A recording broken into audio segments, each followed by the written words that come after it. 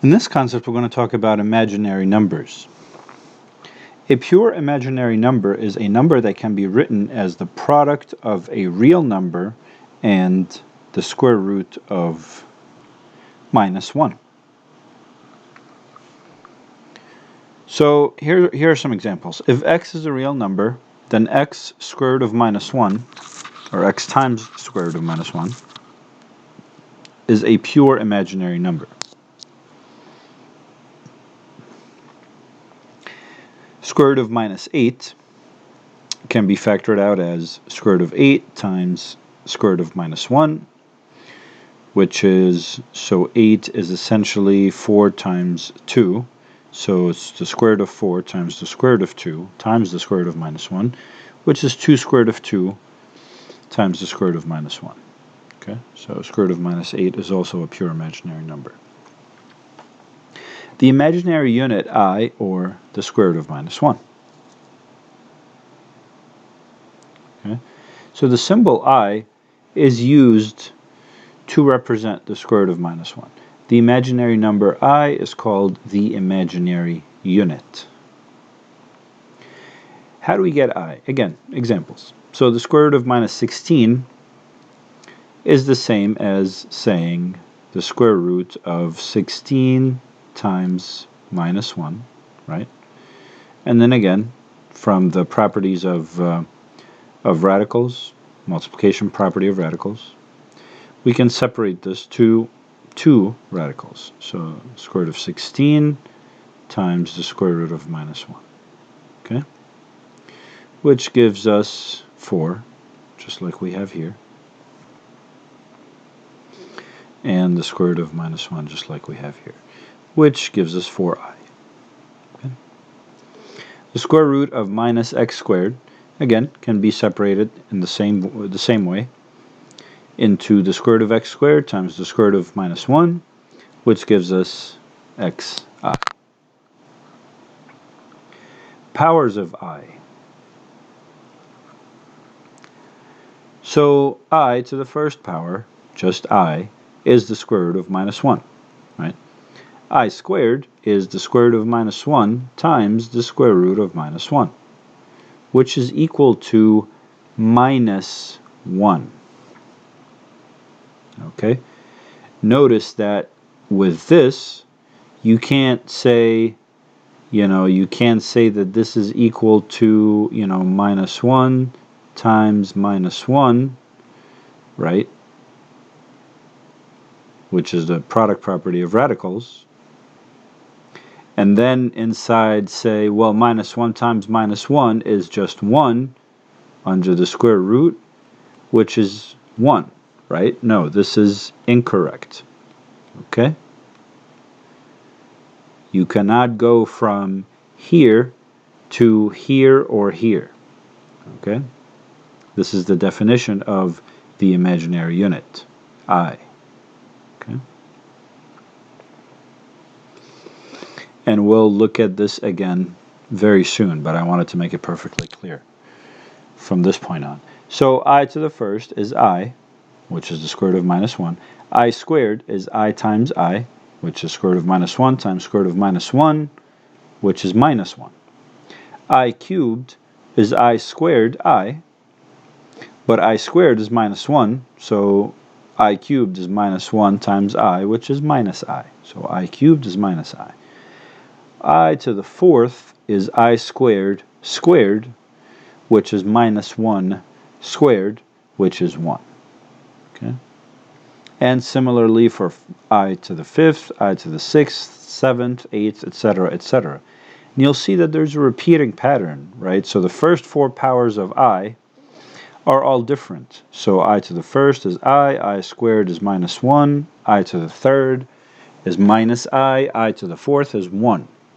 So the first 4 powers are different, but after that there's a repeating pattern in groups of 4.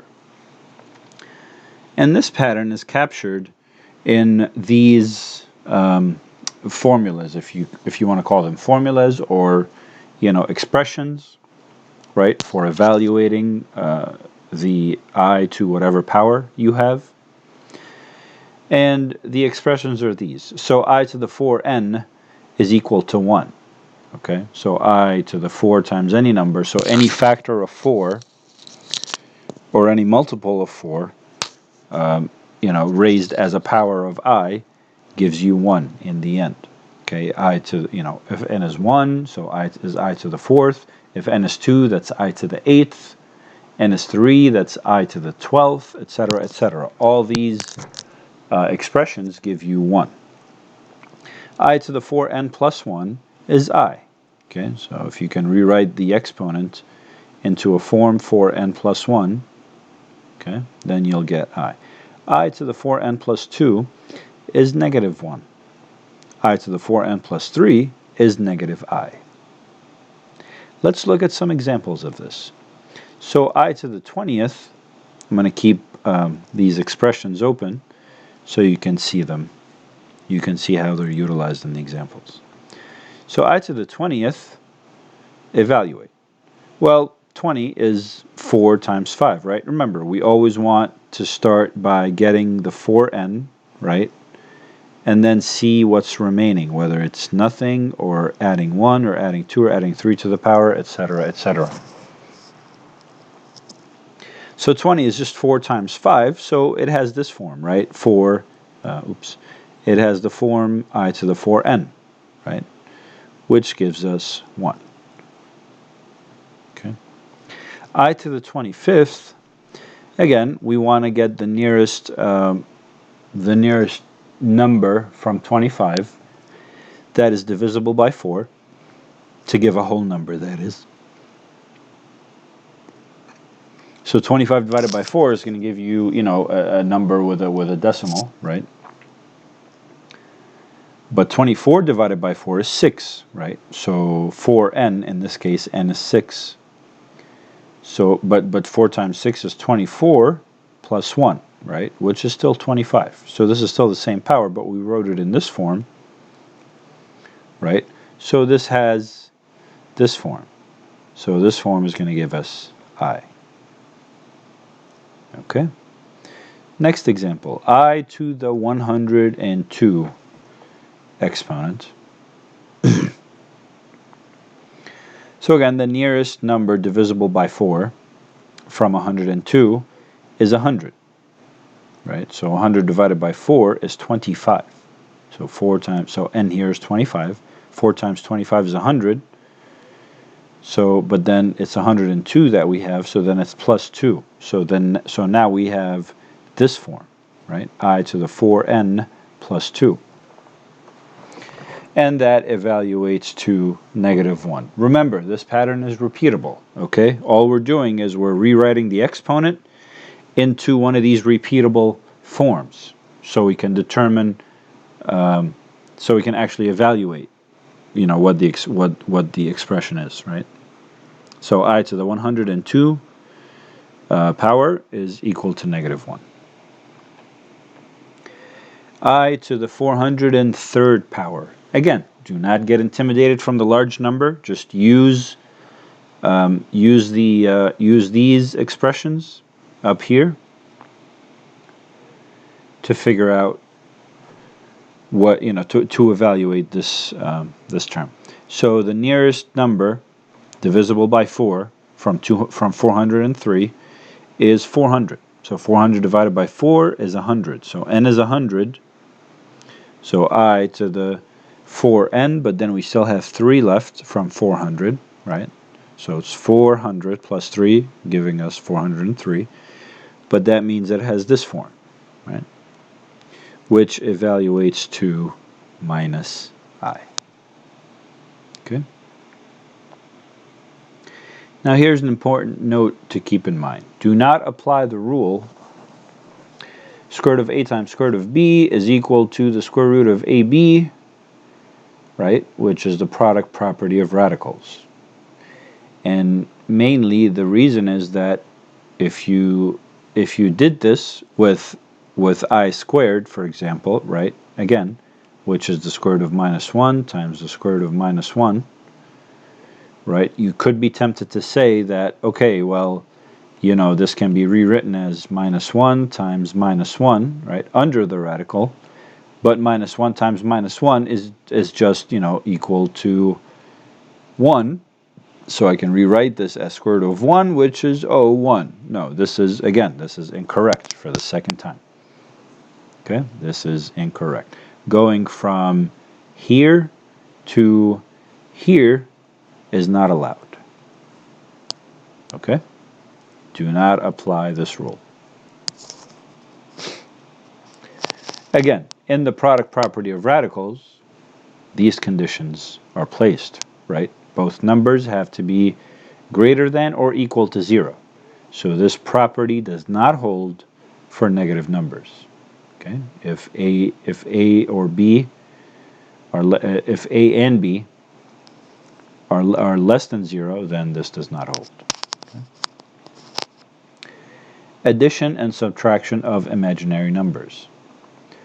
Square root of minus 8 plus 5 square root of minus 2. Now, addition and subtraction of imaginary numbers is kind of treated like, in this case, the radicals are treated as variables, right? Well, they are not variables. They are treated as if they were variables, meaning you can only add or subtract like terms with like radicals. Okay? They are not variables. They are actual numbers. And the same is true for the terms with I, okay, complex terms, or imaginary terms, I should say. You cannot add a term you cannot add, 2 plus I, for example. This is the simplest form for 2 plus I. This is a complex number, okay? But 2 plus 3I plus I minus 1 is equal to, for example, you would combine like terms, right? So 2 minus 1 is 1, and then 3I plus I is plus 4I. Okay, so combining like terms is the key word. Let's look at this one example. So, square root of minus 8 can be broken down to the square root of 4 times 2 times minus 1, right? Which can be broken down further to square root of 4 times square root of 2 times minus 1, and then 5 square root of negative 2 can be broken down to 5 square root of 2 times square root of minus 1. Square root of minus 1 here, square root of minus 1 here are just I, right? I and I. Square root of 4 is 2. Square root of 2 is the same. 5 is 5. Square root of 2 is square root of 2. Okay? So we get 2I square root of 2 plus 5I square root of 2, which is 7I square root of 2. Or 7 square root of 2I. Okay? Square root of negative 25 minus 2 square root of negative 16. So again, we can separate negative 25 and negative 16 to 25 and negative 1 and 16 and negative 1. And then we can separate two roots for each, right? And then the root of negative 1 is just I, right? And then square root of 25 is 5. And then square root of 16 is 4. 2 square root of 16 is 2 times 4, which is 8. So now since I have 5I minus 8I, I can add add or subtract the 5 or 8, the 5 and 8, because they both have I, so it's adding similar terms. So 5I minus 8 is just minus 3I. Or you could have said, let's factor out the I, right? Just as if it were an x, for example, and you factor it out, and then you just subtract the numbers. It's the same thing, the same idea. It's not the same thing, because I in this case is not a variable, okay? It's the imaginary unit, but it's the same concept. It's the same algebraic, it's the same type of algebraic manipulation. Okay? Multiplication and division of imaginary numbers. Square root of negative 4 times the square root of negative 9 can be separated to can be broken to I squared root of 4 times I squared root of 9. So I times I is I squared, which is negative 1. Okay? And then square root of 4 times square root of 9 is, this we can combine, right? Because these are positive numbers. They're greater than 0. So this gives us square root of 36, which is 6. So negative 1 times 6 is just negative 6. Okay. The square root of negative 40 divided by the square root of negative 8. So this can be converted to I, the square root of 40, and then this can be converted to I, the square root of 8. So the square root of 40 is the same as 8 times 5, and then I can separate both of them. And then square root of 8 is the square root of 8. But here, since I have 8 square root of 8 and square root of 5, and then here I have square root of 8, so these two could cancel out. So then I'll have, and then the i's can cancel out, right? And then I'll just end up with square root of 5.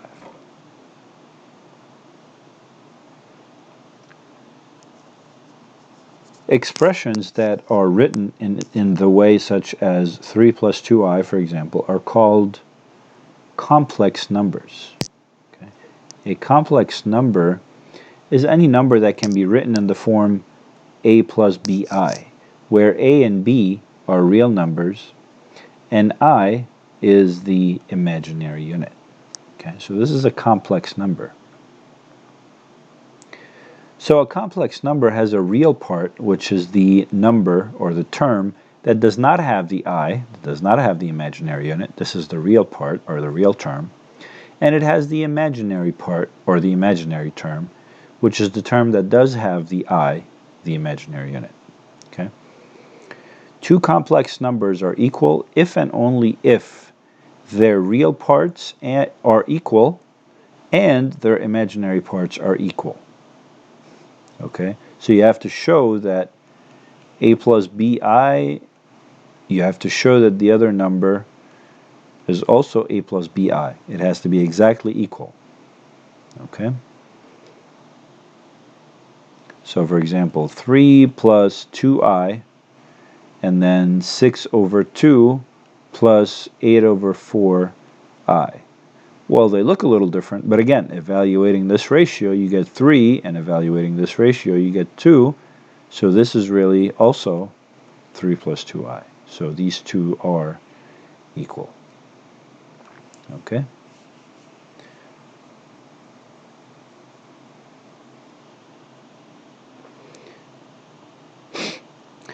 Let's look at some examples. We talked about this actually, we just discussed this. 3 over 4 plus ai equals b plus 9i if and only if a equals 9 and b equals 3/4. Two complex numbers of the form a plus bi and a minus bi are called complex conjugates. In other words, the only difference is the sign in the middle. Okay, but obviously the rest of the number, the rest of the expressions or terms, a and b, and b have to be the same. Their sum is 2a, so the sum of complex conjugates is 2a, a real number. Their difference is 2bi, with b not equal to 0, is a pure imaginary number, so not a complex number. And their product is a positive real number unless both a and b are 0. So their product is a squared plus b squared. Okay. Let's look at some examples. Simplify 2 minus 3i times 2 plus 3i. So here we can use the FOIL method. Okay. Remember, everything you learned in algebraic manipulation is still very relevant here. So the FOIL method entails multiplying these first, and then multiplying these, and then these times, and then these plus these. Okay. So 2 times 2 is 4. Minus 3i times plus 3i is minus 9i squared. And then minus 3i times 2 is minus 6i, and then plus 3i times 2 is plus 6i. And then simplifying, so 6 plus 6i minus 6i is 0. I squared is minus 1, so minus 1 times minus 9 is plus 9, right? Just like we have here. So essentially we have 4 plus 9, which is 13. Okay. Next example. 3 minus 7i divided by 2 plus 6i. So we have this fraction that we're starting with that has complex numbers in the numerator and the denominator. Now, to simplify the fraction, we end up multiplying the top and bottom by the complex conjugate of the bottom. Okay, so the complex conjugate of the denominator. So 2 plus 6i, the complex conjugate is 2 minus 6i. So we multiply top and bottom by 2 minus 6i. Okay. Then just, combine and simplify, and combine like terms, etc., etc. So in the denominator, we get 2 squared plus 6 squared, which is 4. 4 plus 36, which is 40. And up here we have a whole bunch of numbers where we can combine the like terms. So 6 minus 42 is minus 36. And minus 14i minus 18i is minus 32i. Right? And then simplifying further, we have minus 9/10 minus I 4/5. Okay. Next example. 2 plus 4i plus 6 minus 5i. So this is an addition, so it's fairly straightforward. We can just get rid of the parentheses. So 2 plus 4i plus 6 minus 5i. And then we can combine like terms. 2 plus 6 is 8, and then 4i minus 5i is minus I. So this is my answer. Okay. And now we have some exercises. Please pause the video, work on these, and come back for the solutions.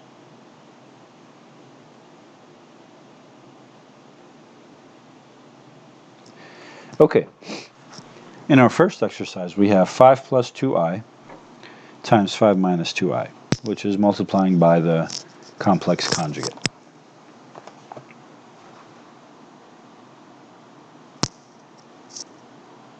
Okay, so that gives us 5 times 5 is 25.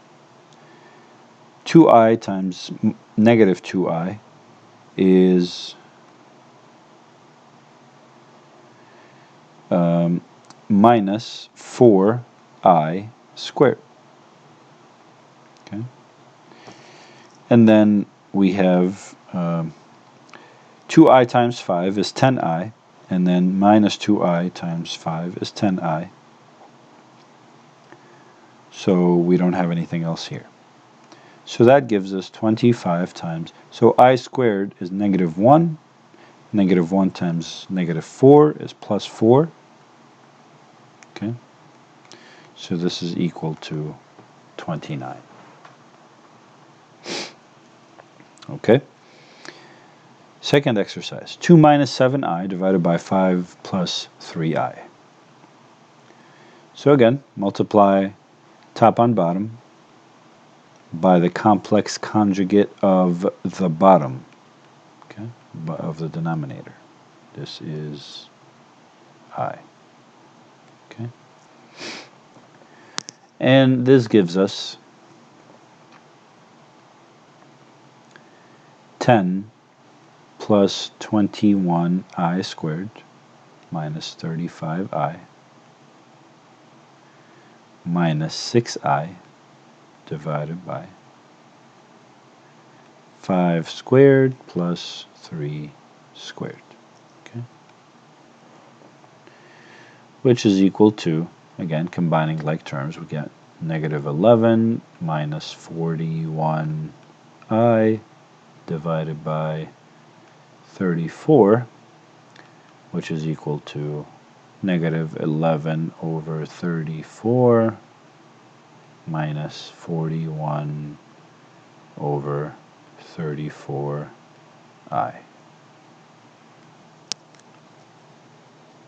Okay. Next exercise. 9 minus the square root of minus 100, all minus square root of minus 81.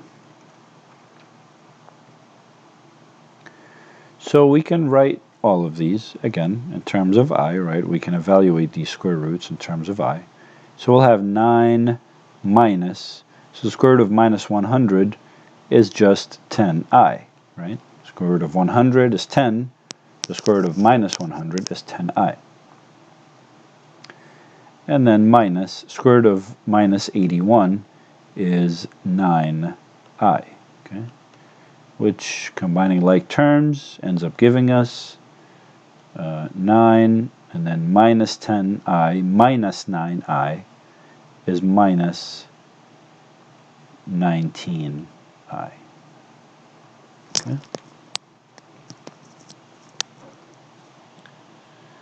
Next exercise. 2 square root of negative 8 times 3 square root of negative 18. So this gives us 2, so this is 2i, right, times, so square root of 8 is 2 square root of 2, and then times 3i, actually this, you know, these two, yeah, so I, 2i, okay, and then 3i times the square root of 18, which is 3 square root of 2, okay, so that equals 4 square root of 2i times 9 square root of 2i, which equals 36 times 2 times I squared. Okay, I squared is negative 1, so that gives us negative 72.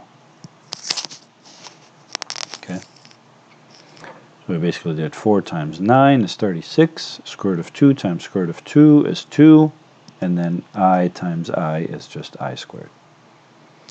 And result is 72. Next exercise. Negative the square root of negative 5 divided by negative square root of negative 125. So that gives us negative I square root of 5, not 2.